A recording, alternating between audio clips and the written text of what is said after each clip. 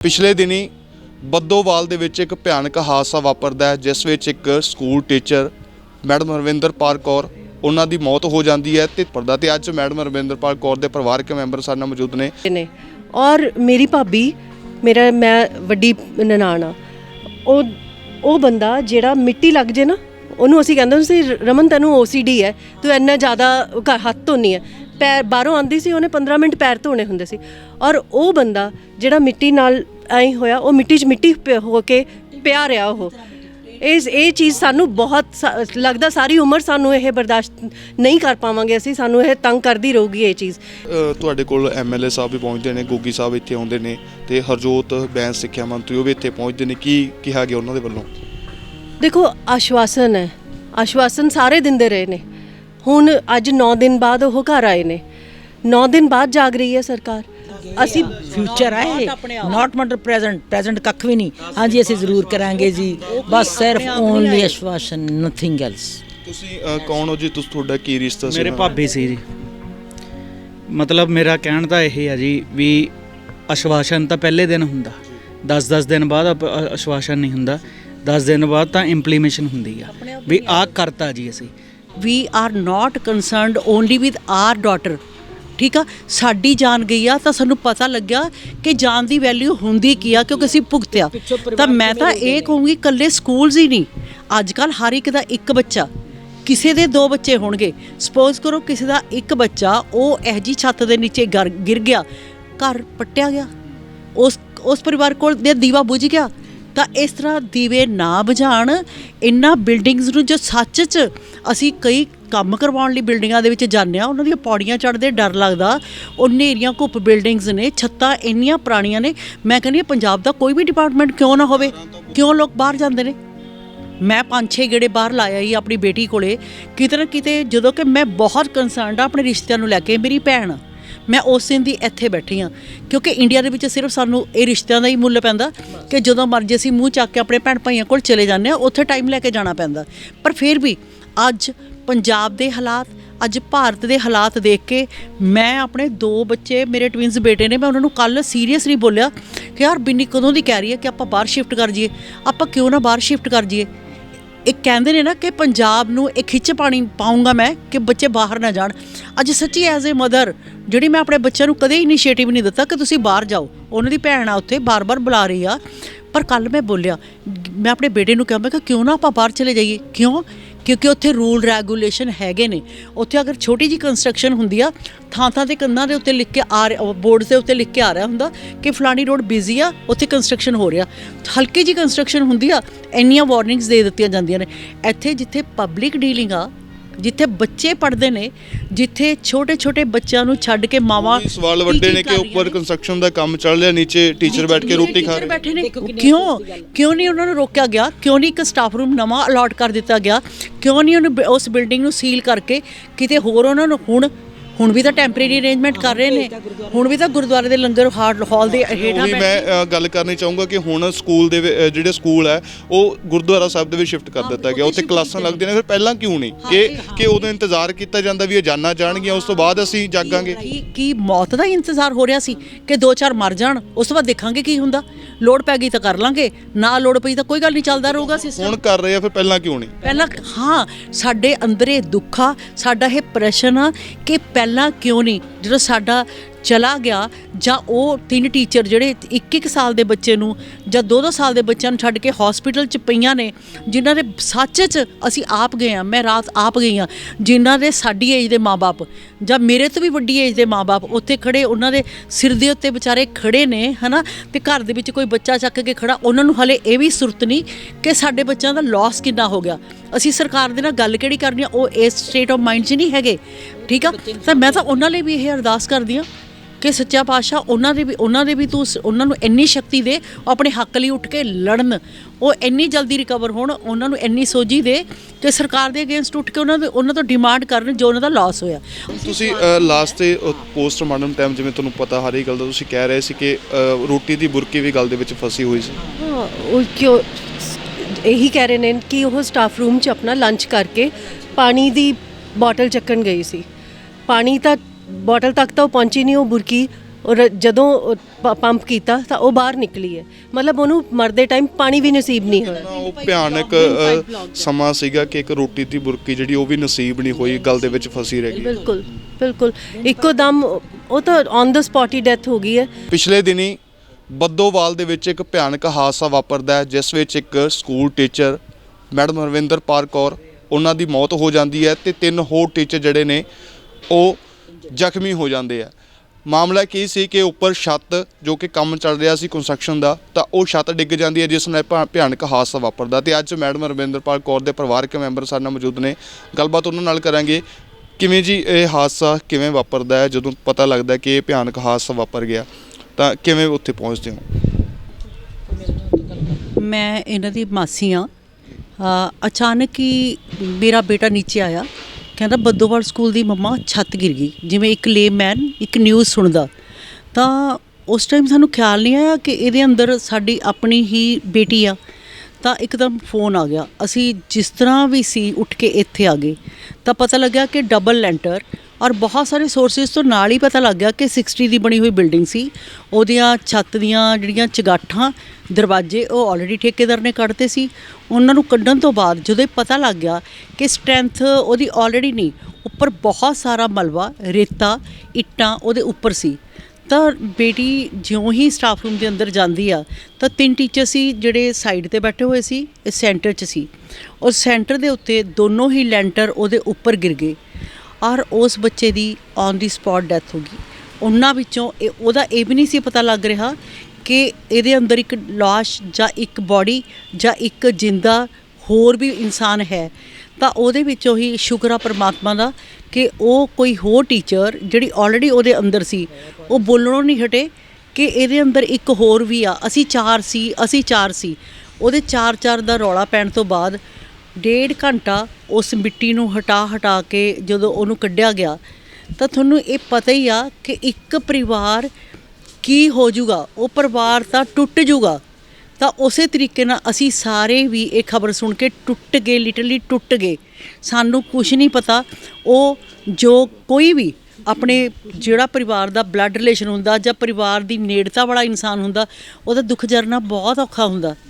ਤਾਂ ਉਸੇ ਤਰੀਕੇ ਦੇ ਨਾਲ ਹੀ ਉਹ ਬੁੱਢੀ ਮਾਂ ਜਿਹੜੀ 78 ਸਾਲ ਦੀ ਹੋ ਚੁੱਕੀ ਆ, ਉਹ ਪਤੀ ਜਿਹੜਾ ਅਚਾਨਕ ਹੀ ਆਪਣੇ ਕੰਮ ਤੋਂ ਆਇਆ, ਉਸਦੀ ਬੋਡੀ ਨੂੰ ਲੈ ਕੇ ਡਿਪਾਰਟਮੈਂਟ ਦੇ ਬੰਦਿਆਂ ਸਮੇਤ ਉਹ ਆਪ ਜਾ ਰਹੇ ਨੇ, ਖੜ ਕੇ ਉੱਥੇ ਆਪ ਪੋਸਟਮਾਰਟਮ ਹੋ ਰਿਹਾ। ਤੁਸੀਂ ਅੰਦਾਜ਼ਾ ਲਗਾ ਲਓ।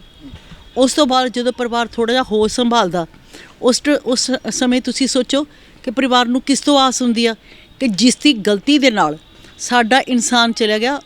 ਸਭ ਤੋਂ ਪਹਿਲਾਂ ਹੁੰਦੇ ਨੇ ਹਮਦਰਦੀ ਦੇ 2 ਸ਼ਬਦ ਜਿਹੜੇ ਕਿ ਬਹੁਤ ਜ਼ਰੂਰੀ ਹੁੰਦੇ ਨੇ ਉਹਨਾਂ ਪਰਿਵਾਰਾਂ ਲਈ ਜਿਨ੍ਹਾਂ ਨੂੰ ਘਾਟਾ ਪੈਂਦਾ।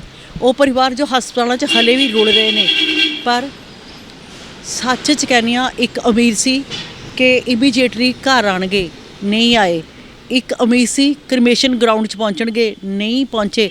ਸਿਰਫ ਡਿਪਾਰਟਮੈਂਟਲ ਡਿਊਟੀ ਜਿਹੜੇ ਕਿ SDM ADC ਸਾਹਿਬ ਜਾਂ DO ਮੈਡਮ ਜਾਂ ਪ੍ਰਿੰਸੀਪਲ ਮੈਡਮ ਇਹ ਆਪਣੀ ਡਿਊਟੀ ਦੇ ਉੱਤੇ ਕਾਮਯਾਬ ਰਹੇ। DC ਸਾਹਿਬ ਵੀ ਉੱਥੇ ਸੀ ਹਰ ਜਗ੍ਹਾ। ਤੁਹਾਡਾ ਕੀ ਰਿਸ਼ਤਾ ਹੈਗਾ ਜੋ ਮੈਡਮ ਰਵਿੰਦਰਪਾਲ ਸੀਗੀ ਉਹਨਾਂ ਨਾਲ? ਬੇਟੀ ਉਹਦੀ ਮਦਰ ਇਨ ਲਾ, ਮੈਂ ਉਹਦੀ ਸੱਸਾਂ, ਮੇਰੀ ਨੂੰਹ ਸੀ।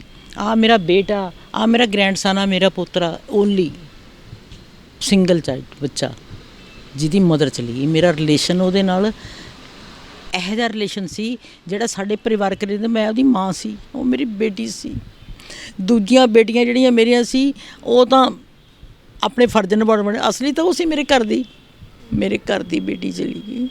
ਮੇਰਾ ਘਾਟਾ ਕੋਈ ਪੂਰਾ ਨਹੀਂ ਕਰ ਸਕਦਾ। ਮੈਨੂੰ ਸਭ ਤੋਂ ਵੱਧ ਅਫਸੋਸ ਮੇਰੇ ਆਪਣੇ ਬੱਚੇ ਦਾ ਜਿਹਦੀ ਮਦਰ ਗਈ। ਆ ਬੇਟਾ, ਆ ਬੇਟਾ ਮੇਰਾ ਸਨ, ਮੇਰਾ ਗ੍ਰੈਂਡਸਨ ਆ ਮੇਰਾ। ਇਹ 10 ਇਹਨਾਂ ਦੀ ਮਦਰ ਸੀ। ਬੱਚੇ ਦਾ ਹੁਣ ਭਵਿੱਖ ਸੋਚੋ ਤੁਸੀਂ।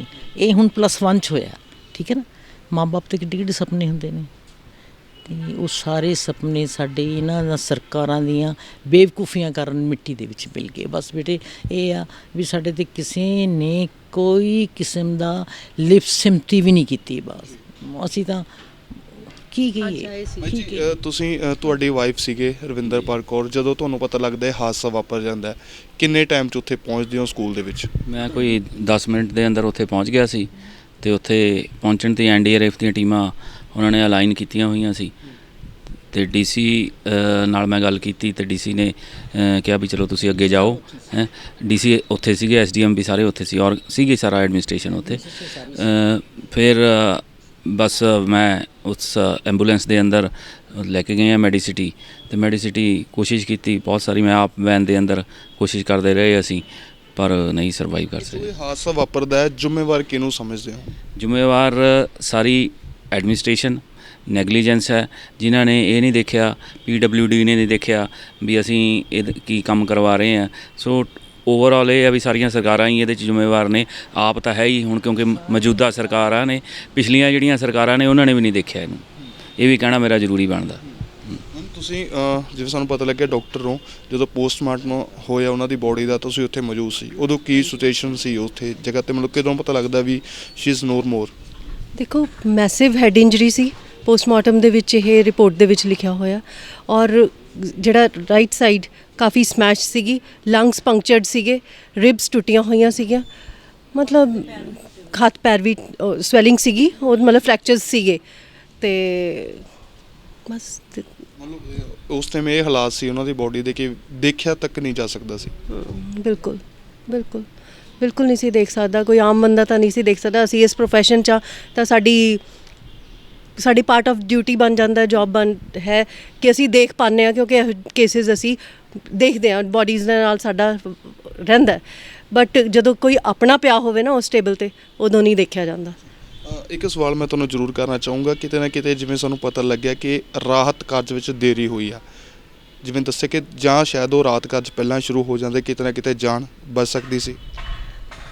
ਲੈਂਟਰ ਇੱਕ ਨਹੀਂ ਗਿਰਿਆ, 2 ਗਿਰੇ ਨੇ, ਔਰ ਮੇਰੀ ਭਾਬੀ, ਮੈਂ ਵੱਡੀ ਨਨਾਣ ਆ, ਉਹ ਬੰਦਾ ਜਿਹੜਾ ਮਿੱਟੀ ਲੱਗ ਜੇ ਨਾ, ਉਹਨੂੰ ਅਸੀਂ ਕਹਿੰਦੇ ਸੀ ਰਮਨ ਤੈਨੂੰ OCD ਹੈ, ਤੂੰ ਇੰਨਾ ਜ਼ਿਆਦਾ ਹੱਥ ਧੋਨੀ ਹੈ, ਪੈਰ ਬਾਹਰੋਂ ਆਉਂਦੀ ਸੀ, ਉਹਨੇ 15 ਮਿੰਟ ਪੈਰ ਧੋਣੇ ਹੁੰਦੇ ਸੀ, ਔਰ ਉਹ ਬੰਦਾ ਜਿਹੜਾ ਮਿੱਟੀ ਨਾਲ ਐਂ ਹੋਇਆ, ਉਹ ਮਿੱਟੀ 'ਚ ਮਿੱਟੀ ਹੋ ਕੇ ਪਿਆ ਰਿਹਾ। ਉਹ ਇਹ ਚੀਜ਼ ਸਾਨੂੰ ਬਹੁਤ ਲੱਗਦਾ ਸਾਰੀ ਉਮਰ ਸਾਨੂੰ ਇਹ ਬਰਦਾਸ਼ਤ ਨਹੀਂ ਕਰ ਪਾਵਾਂਗੇ ਅਸੀਂ, ਸਾਨੂੰ ਇਹ ਤੰਗ ਕਰਦੀ ਰਹੂਗੀ ਇਹ ਚੀਜ਼ ਕਿ ਉਹ ਬੰਦਾ ਉਹਦਾ ਜੇ ਕੱਪੜਾ ਤਾਰ ਤੋਂ ਗਿਰ ਜਾਂਦਾ ਸੀ ਨਾ, ਉਹ ਦੁਬਾਰਾ ਧੋਂਦੀ ਸੀ, ਬਟ ਉਹ ਇੱਕ ਬੰਦਾ ਉਸ ਮਿੱਟੀ ਦੇ ਵਿੱਚ 1.5 ਘੰਟਾ ਪਿਆ ਰਿਹਾ। ਅੱਜ ਤੁਹਾਡੇ ਕੋਲ MLA ਸਾਹਿਬ ਵੀ ਪਹੁੰਚਦੇ ਨੇ, ਗੋਗੀ ਸਾਹਿਬ ਇੱਥੇ ਆਉਂਦੇ ਨੇ, ਤੇ ਹਰਜੋਤ ਬੈਂਸ ਸਿੱਖਿਆ ਮੰਤਰੀ ਉਹ ਵੀ ਇੱਥੇ ਪਹੁੰਚਦੇ ਨੇ, ਕੀ ਕਿਹਾ ਗਿਆ ਉਹਨਾਂ ਦੇ ਵੱਲੋਂ? ਦੇਖੋ, ਆਸ਼ਵਾਸਨ ਹੈ, ਆਸ਼ਵਾਸਨ ਸਾਰੇ ਦਿੰਦੇ ਰਹੇ ਨੇ। ਹੁਣ ਅੱਜ 9 ਦਿਨ ਬਾਅਦ ਉਹ ਘਰ ਆਏ ਨੇ, 9 ਦਿਨ ਬਾਅਦ ਜਾਗ ਰਹੀ ਹੈ ਸਰਕਾਰ, ਉਹ ਵੀ ਸਿਰਫ ਲਿਪ ਸਿੰਪਥੀ ਹੈ। ਸਾਨੂੰ ਕਹਿ ਕੇ ਬਹੁਤ ਕੁਝ ਗਏ ਨੇ ਕਿ ਅਸੀਂ ਔਰ ਅਸੀਂ ਫਿਊਚਰ ਹੈ, ਨਾਟ ਮਟਰ ਪ੍ਰੈਜ਼ੈਂਟ ਕੱਖ ਵੀ ਨਹੀਂ। ਹਾਂਜੀ, ਅਸੀਂ ਜ਼ਰੂਰ ਕਰਾਂਗੇ ਜੀ, ਬਸ ਸਿਰਫ ਓਨਲੀ ਆਸ਼ਵਾਸਨ, ਨਥਿੰਗ ਐਲਸ। ਤੁਸੀਂ ਕੌਣ ਹੋ ਜੀ? ਤੁਹਾਡਾ ਕੀ ਰਿਸ਼ਤਾ ਸੀ? ਮੇਰੇ ਭਾਬੀ ਸੀ ਜੀ। ਮਤਲਬ ਮੇਰਾ ਕਹਿਣ ਦਾ ਇਹ ਹੈ ਜੀ ਵੀ ਆਸ਼ਵਾਸਨ ਤਾਂ ਪਹਿਲੇ ਦਿਨ ਹੁੰਦਾ, 10 ਦਿਨ ਬਾਅਦ ਆਸ਼ਵਾਸਨ ਨਹੀਂ ਹੁੰਦਾ, 10 ਦਿਨ ਬਾਅਦ ਤਾਂ ਇੰਪਲੀਮੇਸ਼ਨ ਹੁੰਦੀ ਆ ਵੀ ਆਹ ਕਰਤਾ ਜੀ ਅਸੀਂ। ਕੋਈ ਉਹਨਾਂ ਤੇ ਇਹ ਨਹੀਂ, ਇੱਥੇ ਬੜੇ ਬੜੇ ਗੇਟ ਬਣ ਗਏ, ਉਹ ਬਣ ਗਏ, ਉਹ ਸਾਨੂੰ ਲੱਗ ਰਿਹਾ ਕਿ ਬਹੁਤ ਬੈਸਟ ਸਕੂਲ ਆ। ਠੇਕੇਦਾਰ ਸੀ ਮੌਕੇ ਤੇ ਜਿਨ੍ਹਾਂ ਦੇ ਵੱਲੋਂ ਠੇਕਾ ਲਿਆ ਗਿਆ ਸੀ ਕੰਮ ਦਾ, ਉਹਨਾਂ ਤੇ ਕੋਈ ਪਰਚਾ ਦਰਜ ਹੋਇਆ? ਉਹਨਾਂ ਤੇ ਜੀ ਹਾਂ, FIR ਦਰਜ ਹੋਈ ਆ, ਪਰ ਅਜੇ ਤੱਕ ਫੜਿਆ ਨਹੀਂ ਆ। ਪਰ MLA ਸਾਹਿਬ ਨੇ ਸਾਡੇ ਘਰ ਬੈਠ ਕੇ SSP ਨੂੰ ਫੋਨ ਕੀਤਾ ਵੀ ਇਮੀਡੀਏਟਲੀ ਫੜੋ ਉਹਨੂੰ, ਕਿਉਂ ਨਹੀਂ ਹੁਣ ਤੱਕ ਕਾਰਵਾਈ ਕੀਤੀ? ਅੱਜ ਸਾਡੇ ਸਾਹਮਣੇ ਕੀਤੀ ਹੈ ਗੱਲ ਉਹਨਾਂ ਨੇ, ਪਰ ਅੱਜ ਤੱਕ ਹਾਂ। ਪਰ ਕਹਿਣ ਦਾ ਤਾਂ ਸਵਾਲ ਉਹ ਹੋਇਆ ਜੀ, ਬੇਸ਼ੱਕ ਕੋਈ ਕਾਰਵਾਈ ਹੁੰਦੀ ਹੈ ਉਹਨਾਂ ਤੇ ਜਾਂ ਨਹੀਂ ਹੁੰਦੀ, ਪਰ ਜੋ ਚਲਾ ਗਿਆ ਇਨਸਾਨ ਉਹ ਕਦੇ ਸ਼ਾਇਦ ਮੁੜ ਕੇ ਵਾਪਸ ਨਹੀਂ ਆਉਣਾ। ਕਾਰਵਾਈ ਦਾ ਬੇਟਾ ਕੀ ਫਾਇਦਾ?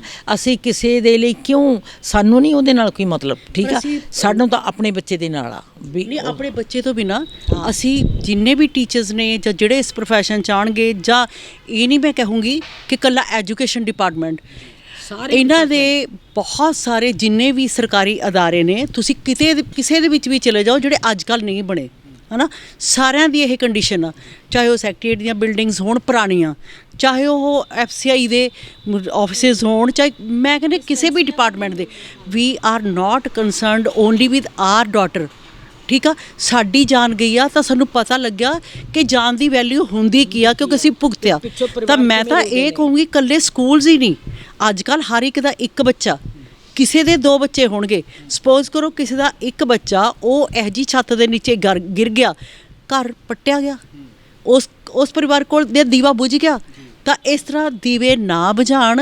ਇਹਨਾਂ ਬਿਲਡਿੰਗਸ ਨੂੰ ਜੋ ਸੱਚ 'ਚ ਅਸੀਂ ਕਈ ਕੰਮ ਕਰਵਾਉਣ ਲਈ ਬਿਲਡਿੰਗਾਂ ਦੇ ਵਿੱਚ ਜਾਂਦੇ ਹਾਂ, ਉਹਨਾਂ ਦੀਆਂ ਪੌੜੀਆਂ ਚੜ੍ਹਦੇ ਡਰ ਲੱਗਦਾ। ਉਹ ਹਨੇਰੀਆਂ ਘੁੱਪ ਬਿਲਡਿੰਗਸ ਨੇ, ਛੱਤਾਂ ਇੰਨੀਆਂ ਪੁਰਾਣੀਆਂ ਨੇ। ਮੈਂ ਕਹਿੰਦੀ ਹਾਂ ਪੰਜਾਬ ਦਾ ਕੋਈ ਵੀ ਡਿਪਾਰਟਮੈਂਟ ਕਿਉਂ ਨਾ ਹੋਵੇ। ਸਰਕਾਰਾਂ ਤਾਂ ਬਹੁਤ ਸਾਰੀਆਂ ਚੈਲੰਜ ਕਰਦੀਆਂ, ਚਾਹੇ ਉਹ ਪਿਛਲੀਆਂ ਸਰਕਾਰਾਂ ਹੋਣ, ਹੋਣ ਵਾਲੀਆਂ ਸਰਕਾਰਾਂ ਹੋਣ, ਪਰ ਆਖਿਰ ਦੇ ਵਿੱਚ ਕਦੋਂ ਇਹ ਸਾਰੇ ਮਸਲੇ ਹੱਲ ਹੋਣਗੇ? ਇਹ ਕਦੋਂ ਮਸਲੇ ਹੋਣਗੇ? ਉਹ ਉਦੋਂ ਹੋਣਗੇ ਜਦੋਂ ਸਵਾਰਥ ਤੋਂ ਉੱਪਰ ਉੱਠ ਕੇ, ਠੀਕ ਆ, ਓਨੈਸਟਲੀ ਸਵਾਰਥ ਤੋਂ ਉੱਪਰ ਉੱਠ ਕੇ, ਚਾਹੇ ਉਹ ਆਪੋਜੀਸ਼ਨ ਆ, ਆਪੋਜੀਸ਼ਨ ਮਾੜੀ ਨਹੀਂ ਹੁੰਦੀ। ਅਗਰ ਸਟਰੋਂਗ ਆਪੋਜੀਸ਼ਨ ਆ, ਉਹਦਾ ਵੀ ਦੁਨੀਆ ਨੂੰ ਭਲਾ ਹੁੰਦਾ, ਕਿਉਂਕਿ ਉਹ ਵੀ ਸਰਕਾਰ ਦੀਆਂ ਗਲਤ ਗੱਲਾਂ ਨੂੰ ਰੋਕ ਟੋਕ ਸਕਦੀਆਂ ਨੇ, ਹੈ ਨਾ। ਇੱਥੇ ਇੰਡੀਆ 'ਚ ਸਪੈਸ਼ਲੀ ਕਿਉਂ ਲੋਕ ਬਾਹਰ ਜਾਂਦੇ ਨੇ? ਮੈਂ 5-6 ਗੇੜੇ ਬਾਹਰ ਲਾਇਆ ਹੀ ਆਪਣੀ ਬੇਟੀ ਕੋਲੇ, ਕਿਤੇ ਨਾ ਕਿਤੇ ਜਦੋਂ ਕਿ ਮੈਂ ਬਹੁਤ ਕੰਸਰਨਡ ਆ ਆਪਣੇ ਰਿਸ਼ਤਿਆਂ ਨੂੰ ਲੈ ਕੇ। ਮੇਰੀ ਭੈਣ ਆ, ਮੈਂ ਉਸ ਦਿਨ ਦੀ ਇੱਥੇ ਬੈਠੀ ਹਾਂ, ਕਿਉਂਕਿ ਇੰਡੀਆ ਦੇ ਵਿੱਚ ਸਿਰਫ ਸਾਨੂੰ ਇਹ ਰਿਸ਼ਤਿਆਂ ਦਾ ਹੀ ਮੁੱਲ ਪੈਂਦਾ ਕਿ ਜਦੋਂ ਮਰਜ਼ੀ ਅਸੀਂ ਮੂੰਹ ਚੱਕ ਕੇ ਆਪਣੇ ਭੈਣ ਭਾਈਆਂ ਕੋਲ ਚਲੇ ਜਾਂਦੇ ਹਾਂ, ਉੱਥੇ ਟਾਈਮ ਲੈ ਕੇ ਜਾਣਾ ਪੈਂਦਾ। ਪਰ ਫਿਰ ਵੀ ਅੱਜ ਪੰਜਾਬ ਦੇ ਹਾਲਾਤ, ਅੱਜ ਭਾਰਤ ਦੇ ਹਾਲਾਤ ਦੇਖ ਕੇ ਮੈਂ ਆਪਣੇ 2 ਬੱਚੇ, ਮੇਰੇ ਟਵਿੰਸ ਬੇਟੇ ਨੇ, ਮੈਂ ਉਹਨਾਂ ਨੂੰ ਕੱਲ੍ਹ ਸੀਰੀਅਸਲੀ ਬੋਲਿਆ ਕਿ ਯਾਰ ਬਿੰਨੀ ਕਦੋਂ ਦੀ ਕਹਿ ਰਹੀ ਹੈ ਕਿ ਆਪਾਂ ਬਾਹਰ ਸ਼ਿਫਟ ਕਰ ਜਾਈਏ, ਆਪਾਂ ਕਿਉਂ ਨਾ ਬਾਹਰ ਸ਼ਿਫਟ ਕਰ ਜਾਈਏ। ਇਹ ਕਹਿੰਦੇ ਨੇ ਨਾ ਕਿ ਪੰਜਾਬ ਨੂੰ ਇੱਕ ਖਿੱਚ ਪਾਣੀ ਪਾਊਂਗਾ ਮੈਂ ਕਿ ਬੱਚੇ ਬਾਹਰ ਨਾ ਜਾਣ।